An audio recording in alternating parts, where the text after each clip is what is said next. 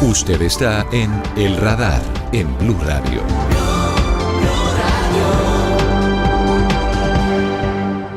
Una de las noticias de esta semana es la declaración que dio desde Caracas el presidente Gustavo Petro, acompañado de Nicolás Maduro, anunciando que muy probablemente Ecopetrol volvería a ser socia de PDVSA, de la estatal petrolera venezolana, para exploración y explotación petrolera y de gas en territorio venezolano, lo cual abrió una serie de interrogantes sobre si esto termina siendo o no coherente con el eje del plan de gobierno del presidente Petro, quien en Colombia, hace 15 meses que llegó al poder, no ha entregado una nueva licencia para la exploración ni de petróleos ni de gas, pero sí pretendería hacerlo fuera de nuestro país.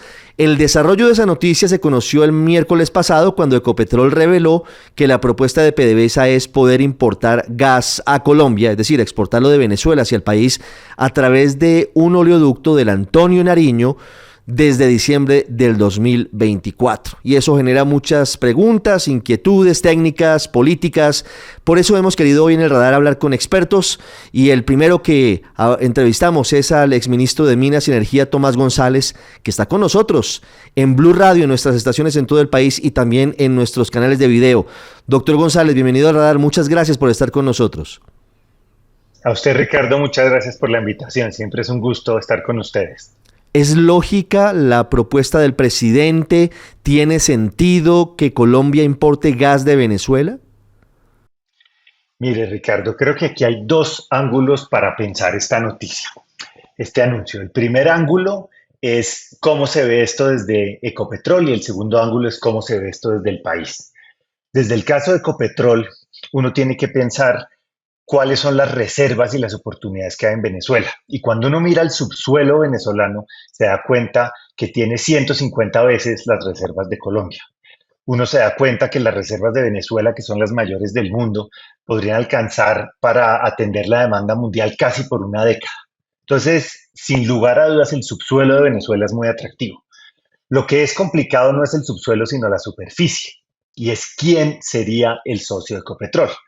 Y cuando uno mira a PDVSA, se da cuenta que PDVSA a finales de los 2010, de 2010 en esa época, tuvo una producción de petróleo la más alta del hemisferio sur, producía más de 3 millones de barriles de petróleo al día. Y luego rápidamente, por los malos manejos, por las peleas internas, por sacar a la gente que tenía muy buena competencia técnica, por dedicar a PDVSA a cosas que no eran del negocio de energía, por no invertir lo suficiente en mantener la infraestructura moderna, por todas esas cosas empezó a caer y a caer y a caer la producción, que luego con las sanciones hizo que se viniera al piso. Y hoy en día la producción de PDVSA es como el 25% de lo que era, y es una empresa que ya no se parece a la que había en esa época de oro de PDVSA. ¿Cuántos barriles diarios refina PDVSA hoy, doctor González? PDVSA tiene una producción hoy más o menos de 750,000 barriles día, que es comparable a la de Colombia, con la diferencia de que Colombia tiene una fracción de las reservas de lo que tiene Venezuela. Entonces le decía a Ricardo que el problema está por un lado, en qué clase de empresa es, qué infraestructura tiene, qué capacidad tiene de hacer cosas. Segundo, si usted mira la ley de hidrocarburos vigente en Venezuela, las empresas extranjeras no pueden ser ni operadoras ni tener una mayoría que le dé el control. Entonces, ¿cómo se tomarían las decisiones ahí? Y hay una tercera cosa, y es si se incumplen y hay incumplimientos, ¿ante quién se queja uno? ¿Cuál es el sistema de seguridad y protección a la inversión que tenemos allá? Y súmele un último punto que no es menos difícil en términos de riesgos, y son las sanciones. El sector petrolero venezolano ha sido sujeto de sanciones por muchos años. Ahora hubo una suspensión temporal hasta abril del próximo año, en que dejarían hacer negocios y exportaciones del sector petrolero siempre y cuando cumplan unos compromisos que asumieron en términos democráticos y de elecciones libres.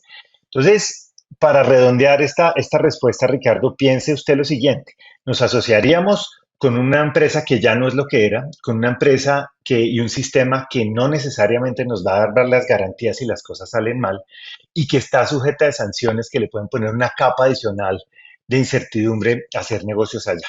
Entonces, hasta que eso no se conteste bien y no haya plena certeza, pues creo que es difícil hacer negocios con Venezuela y quedarnos tranquilos desde el punto de vista de Ecopetrol. Le voy a preguntar por un aspecto técnico, doctor González. hemos leído y hemos escuchado a expertos desde Venezuela en señalar que el petróleo venezolano es más pesado que el petróleo colombiano. Digamos que el crudo venezolano es más pesado y por lo tanto necesitaría un mayor proceso para poder ser refinado y para poder ser utilizado comercialmente. El ministro de Minas en Blue Radio esta semana dijo que es todo lo contrario. ¿Cuál es la calidad en general del petróleo venezolano? Pues las reservas más grandes de petróleo venezolano que están ubicadas en la faja del Orinoco, que es una parte, digamos, como en el centro oriente del país, más o menos, son crudos que son muy pesados. No sabemos, Ricardo, exactamente cuál es el negocio o cuáles son las áreas sobre las que tendría interés Ecopetrol o las que PDVSA quisiera ofrecerle a Ecopetrol, porque hay muy pocos detalles. Lo que es cierto es que esto no es un problema de que sea interesante o no, o pueda ser rentable o no el negocio. Ese no es el punto. El punto es qué certeza tiene uno sobre el socio. ¿Se siente uno tranquilo? Mire que las relaciones hoy con Venezuela son buenas, hay mucha afinidad política, se han ido restableciendo poco a poco las relaciones, lo cual yo creo que es positivo. Pero ¿quiere usted quedar dependiendo su abastecimiento de gas o energéticamente o financieramente de un socio como PDVSA y de un país como Venezuela? ¿Qué aprendimos de la guerra de Ucrania? Europa, cuando empezó la guerra, importaba el 40% de su gas de Europa. Y mire que rápidamente los rusos empezaron a cortar los suministros y eso se manifestó en unos precios altísimos del gas, unos precios altísimos de la energía eléctrica que arrodillaron a las familias, a las empresas y llevaron a una crisis muy seria. Entonces tenemos que tener cuidado antes de embarcarnos en aventuras que nos puedan salir caras después y hasta que no despejemos la incertidumbre, yo creo que va a ser muy difícil concretar una alianza. Sé cuál puede ser su respuesta, pero quiero que se lo diga usted a los amigos de Blue, del Radar. ¿Qué tan confiable es un socio como Venezuela en materia energética, en materia petrolera, con el contexto y la coyuntura política que tiene y con una industria petrolera que por lo menos hasta ahora viene en declive? Pues le puedo contar una anécdota, Ricardo, y es cuando yo estaba en el gobierno, cuando era ministro de Minas a finalizar el año 2015. Venezuela tenía el compromiso de mandarnos gas a nosotros por el gasoducto existente, ¿no? Colombia había estado sistemáticamente exportando gas y se revertía el flujo, es decir, Venezuela nos empezaba a mandar a nosotros el 1 de enero de 2016. Nosotros además en esa época estábamos en un fenómeno del Niño muy fuerte y necesitábamos gas para la generación térmica. A pesar de que nos prometieron hasta el último minuto de la última hora que nos iban a mandar el gas, todavía lo estamos esperando. Entonces yo creo que esto debe servirnos para recordarnos que uno tiene que no depender en materia energética de una sola fuente y en eso la política energética colombiana creo que ha sido cauta en depender o de nosotros mismos o de fuentes que no vayan a darnos problemas cuando más necesitemos esa energía. Sí, esta pregunta parte desde un concepto ideológico que tiene el gobierno del presidente Petro, doctor González, pero que al final se traduce en seguramente millones de dólares de diferencia. En Colombia, a pesar de que el presidente diga lo contrario, no hay nuevas licencias de exploración y explotación petrolera desde hace mucho tiempo, por lo menos desde los últimos 15 meses, desde que llegó el nuevo jefe de Estado a la Casa de Nariño. Pero a su vez, bajo el argumento de que tiene que marchitarse la industria petrolera para hacer la transición energética que todo el mundo ve que es necesaria, pero la diferencia es saber cuál va a ser la velocidad y el ritmo, la tasa de hacerlo. Colombia sí decide ser socio en proyectos de exploración y explotación petrolera afuera del país. En Estados Unidos, por ejemplo, Ecopetrol es socio de varios proyectos, incluso de fracking. Y con Venezuela abre la puerta a exploración y explotación de gas. En términos numéricos, más que ideológicos, ¿qué tan costoso adicionalmente sale el tener que estar por fuera explotando, pero luego importar a Colombia frente a la posibilidad de conceder nuevos hallazgos, nuevas licencias en territorio colombiano? Lo que hacen las compañías, Ricardo, es mirar opciones en diferentes partes del mundo permanentemente. Y lo que hacen las compañías es comparar cuáles pueden ser los costos de sacar el petróleo en los diferentes países y el petróleo o el gas. Y con base en esas decisiones toman sus decisiones, con esa información toman sus decisiones de inversión. Eso es lo que hace. Entonces no es extraño que las compañías exploren diferentes partes del mundo. Y cuando hay un país como Venezuela, donde las reservas son tan grandes, pues todas las compañías tienen ciertamente interés porque podrían hacerse proyectos muy interesantes. La preocupación, como lo hemos hablado, no está en si hay reservas o no y en que potencialmente su costo no vaya a ser el correcto. El problema está es en la certidumbre económica y jurídica que uno tenga al respecto. Pero déjeme anotarle una cosa que creo que sugiere su pregunta, Ricardo, y es la siguiente. Y es que es difícil de entender ya desde el ángulo país, es difícil de entender por qué allá sí y acá no. Aquí ha habido mucha ambivalencia en el tema de exploración, ha habido mucha ambivalencia en el tema de hidrocarburos y es difícil de entender que no se hagan los esfuerzos acá cuando acá el petróleo paga regalías, paga impuestos, compra bienes y servicios locales, contrata personas localmente y allá no. Entonces es difícil que no se deje y no se impulse el desarrollo acá. Sobre todo en gas, donde las cifras del propio gobierno muestran que tenemos, nos quedan 7 años de reservas y seguimos consumiendo a la tasa que venimos consumiendo. Sí.